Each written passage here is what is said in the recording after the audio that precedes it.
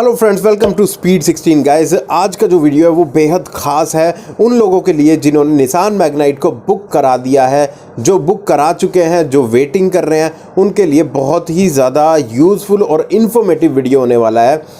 और हाँ, इसके अलावा ये भी मैं आपको बता दूं कि ऑलरेडी मैंने भी निसान मैग्नाइट को बुक कराया हुआ है। मैं खुद इस कार का वेट कर रहा हूं और काफ़ी सारे मैसेज पढ़ता हूं लोगों के जो फ्रस्ट्रेटेड हैं इसकी वेटिंग की वजह से। ऐसे लोग भी हैं जो खुश हैं, जिनको मिल चुकी है कार। सब चीज़ों के बारे में आपको बताऊंगा। बहुत डिटेल्ड स्टडी करी है, बहुत डिटेल्ड इन्फॉर्मेशन है इसकी डिलीवरी को लेके। आने वाले वक्त में आपको सर्विस कैसे मिलने वाली है इस कार की, उसके बारे में आपको बताऊंगा। बहुत डिटेल्ड एनालिसिस है, बहुत ज़्यादा डिटेल्ड एनालिसिस है। मैंने बहुत ज़्यादा हार्डवर्क किया इस एनालिसिस को बनाने में। मेरा जो एक्सपीरियंस है ऑटो इंडस्ट्री का वो मैंने इसमें लगा दिया है ताकि आप तक एक अच्छी इंफॉर्मेशन लेके आ पाऊं। मेरी रिक्वेस्ट है इस वीडियो को कंप्लीट देखिएगा, स्किप मत करिएगा, क्योंकि हर स्टेप से दूसरी इंफॉर्मेशन जुड़ी हुई है। पूरी चेन वे में ये इंफॉर्मेशन है। अगर आपको फिर भी लगे आपका टाइम वेस्ट हो गया इस वीडियो को देख के, तो आप डिसलाइक कर देना और कमेंट जरूर करके बताना कि आपको क्या अच्छा नहीं लगा इस वीडियो में। सो गाइज, अगर आपने अभी तक बुकिंग वाला वीडियो मेरा नहीं देखा निसान मैग्नाइट की, तो आई बटन में जाके देख सकते हैं। इसके अलावा इस चैनल को अभी सब्सक्राइब कर दें, क्योंकि यहाँ पे मिलेगी आपको ढेर सारी ऑटोमोटिव से रिलेटेड इन्फॉर्मेशन, टेक से रिलेटेड इन्फॉर्मेशन और प्लस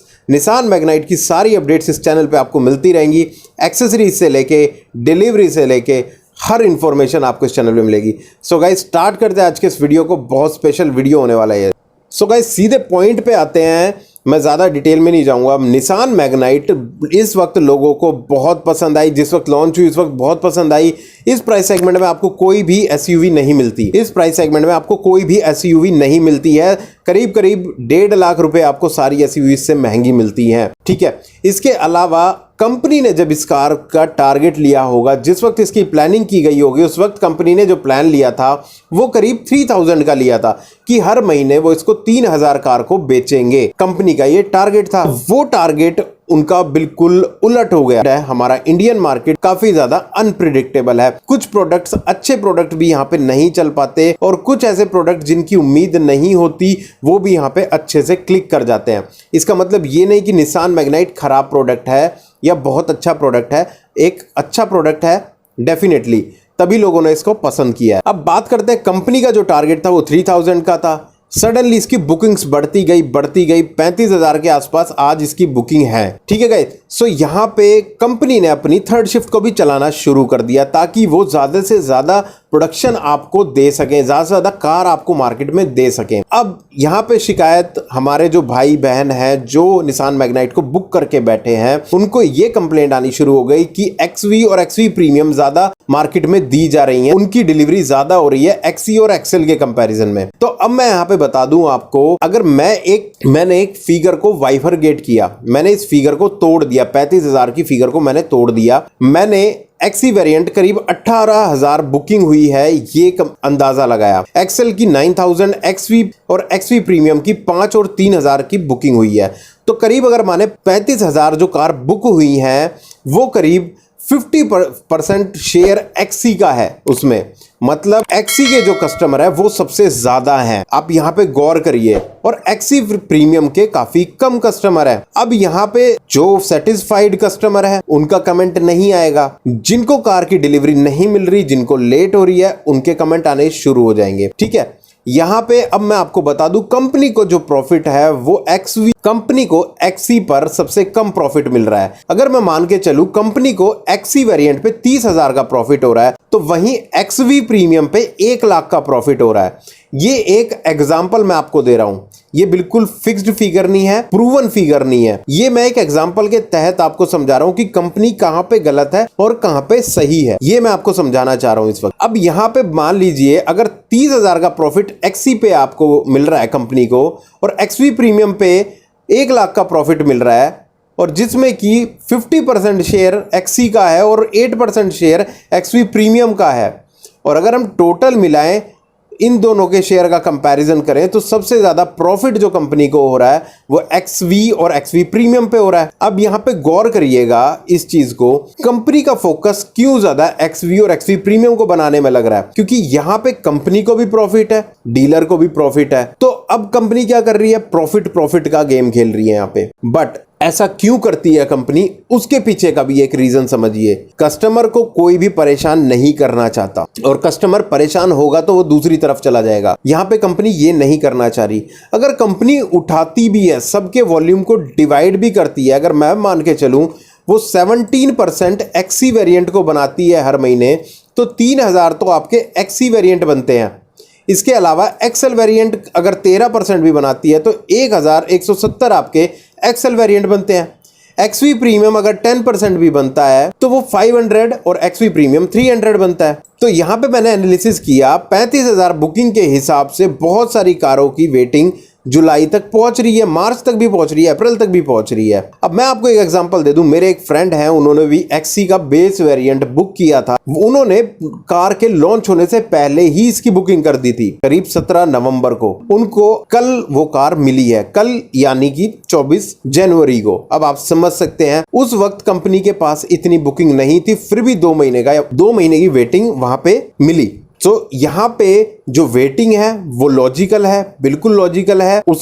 उसको मैंने एनालिसिस किया, उस हिसाब से मुझे लगा ये वेटिंग लॉजिकल तो है। जुलाई तक तो काफी सारी कार का जा रहा है वेटिंग पीरियड। पर यहाँ पे कंपनी ने क्या किया, जो एक्सी वेरिएंट है, जो सबसे ज्यादा डिमांडिंग है, उसको उस वॉल्यूम के हिसाब से मैन्युफैक्चरिंग नहीं किया। उन्होंने अपने प्रॉफिट पे ध्यान दिया ज्यादा, कस्टमर को थोड़ा सा वो भूलने लग गए। ये चीज कंपनी के लिए नेगेटिव हो सकती है, उन्हें इस पे ध्यान देना चाहिए। बहुत ज्यादा इंपॉर्टेंट चीज है, कस्टमर को ग्रिप करके रखना चाहिए। अब कंपनी ने क्या किया, एक्सी के प्राइस को मार्केट किया, कस्टमर्स को अपने पास लेके आए। उस प्राइसिंग की वजह से कस्टमर उनके पास आया और फीचर्स दिखाए उन्होंने एक्सवी प्रीमियम के फीचर से उन्होंने मार्केटिंग करी। प्राइस की मार्केटिंग करी, एक्सी बेस वेरिएंट से एक्सवी प्रीमियम से फीचर्स की मार्केटिंग करी, कस्टमर को अपने पास बुलाया और उसको इस लेवल तक लेके आ गए वो कार को बुक कर दे। कंपनी की मार्केटिंग स्ट्रेटेजी बहुत अच्छी थी, पर कंपनी ने ये एक्सपेक्ट नहीं किया था कि बुकिंग इतनी ज्यादा मिल जाएगी। यहां पे कंपनी का कोई फॉल्ट नहीं है, क्योंकि कंपनी जिस हिसाब से चल रही थी उन्हें भी एक्सपेक्ट नहीं था कि इतनी ज्यादा बुकिंग मिल जाएगी। अब आप खुद सोचिए, ये कंपनी है, कंपनी को स्टेबल तो करना पड़ेगा, ये चीज़ें बहुत ज़्यादा इंपॉर्टेंट है।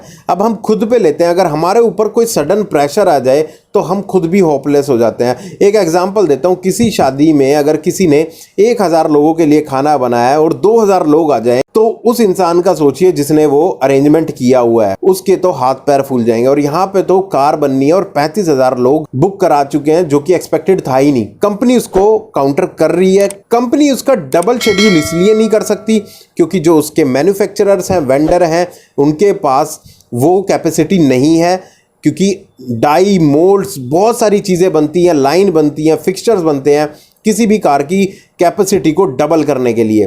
कंपनी उस स्टेज में नहीं है कि इस कार को डबल कर दे, क्योंकि आने वाला जो वक्त है, अब इसके वॉल्यूम अप जाए डाउन जाए, वो बहुत ज़्यादा डिपेंड करेगा। कंपनी उसके हिसाब से प्लान करेगी आगे का। पर यहाँ पे ना तो कस्टमर की कोई गलती है, और कंपनी की जो थोड़ी सी प्रॉब्लम है, उन्हें एक्सी वेरिएंट का जो परसेंटेज है प्रोडक्शन का वो इंक्रीज करना चाहिए। उन्हें थोड़ा सा अपने प्रॉफिट को छोड़ के कस्टमर का भी ध्यान करना चाहिए। अब कुछ हमारे स्पीड 16 फैमिली मेंबर्स ने ये कहा कि इसकी सर्विस को लेके भी आगे बहुत ज़्यादा प्रॉब्लम होगी, क्योंकि कंपनी को बेचने में इतनी ज़्यादा टाइम लगा रही है तो सर्विस पे बहुत ज़्यादा प्रॉब्लम आ जाएगी। अब मान के चलिए 119 सर्विस सेंटर है निसान मैग्नाइट ने अपनी पिछली कार में इतना कुछ अच्छा नहीं किया। मैं मान के चलता हूं अगर वो 1 लाख कार भी साल में बेच देते हैं निसान मैग्नाइट, तो हर सर्विस सेंटर के पास जो एवरेज आती है 840 कार की एवरेज आती है। 840 कार उनको करके देनी है सर्विस। अब यहाँ पे 840 अगर कोई भी कंपनी सर्विस सेंटर करता है, एक सर्विस सेंटर की जो कैपेसिटी होनी चाहिए वो 30 कार पर डे सर्विसिंग की कैपेसिटी होनी चाहिए, और अमूमन ये होती है। तो उस हिसाब से 900 कार पर सर्विस सेंटर सर्विस कर सकता है। अब ये चीज़ें हो सकता है थोड़ा प्लस और माइनस हो सकती हैं, स्टेट टू स्टेट हर जगह का डिफरेंट हो सकता है।